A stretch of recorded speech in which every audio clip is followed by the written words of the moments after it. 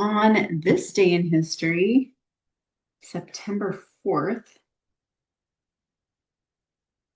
not too long ago, 2018, just 7 years ago, the FBI announced that they found Dorothy's ruby slippers.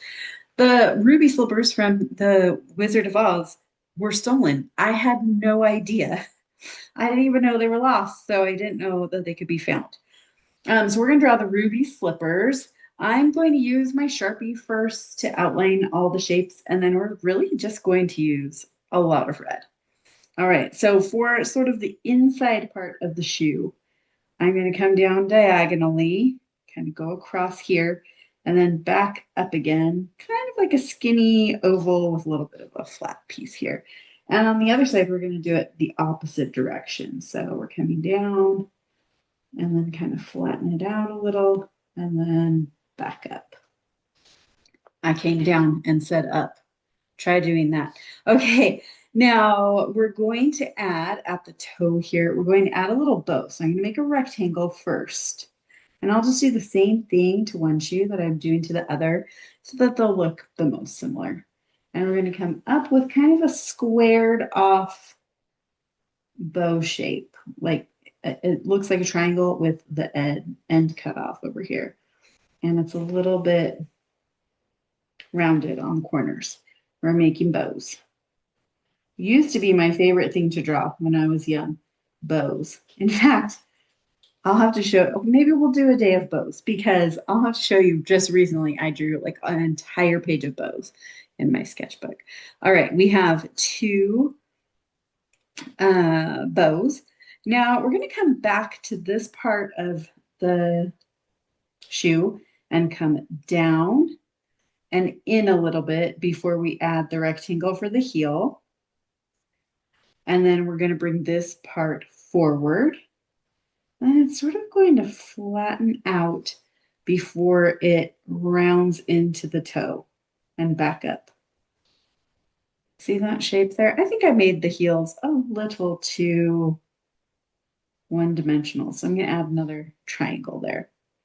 All right, same thing on the other side. I'm going to bring the shoe down and in a little bit before adding a rectangle.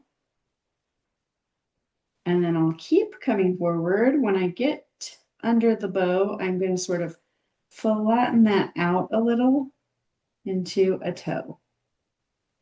And then I'll do the same thing to this heel too, even though it looks a little bit better than my first one. And they could have been closer together because you got to click those heels together if you want to get back home from Oz.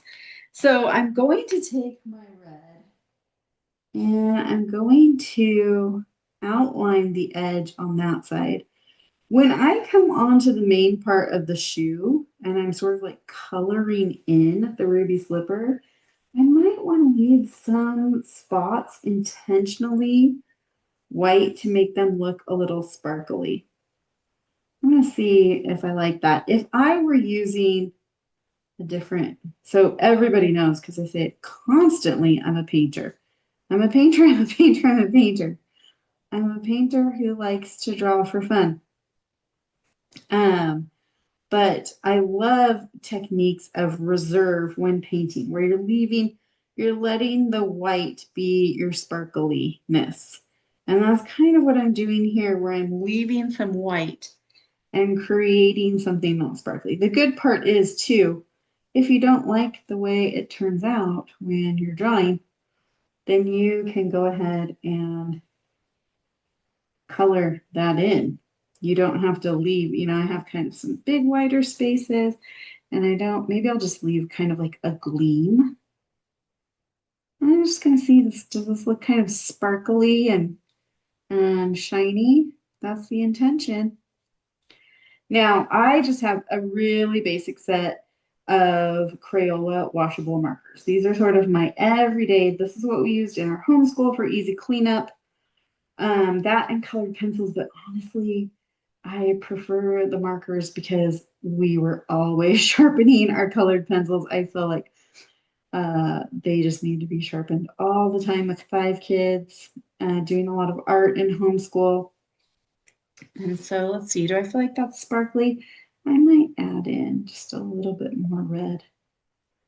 It does feel sparkly to me. It does feel sparkly.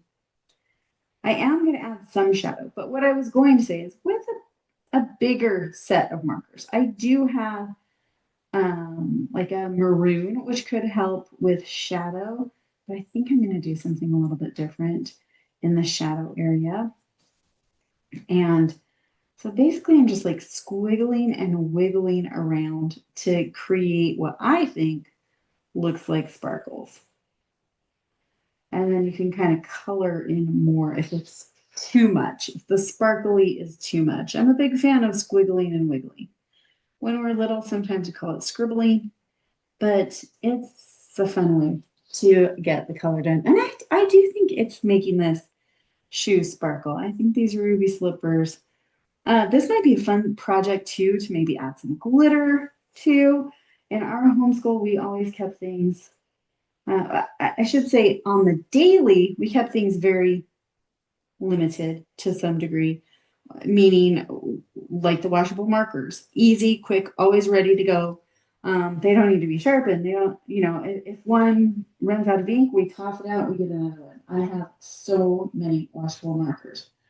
And I stick to the really basic sets for our family and class sets of markers.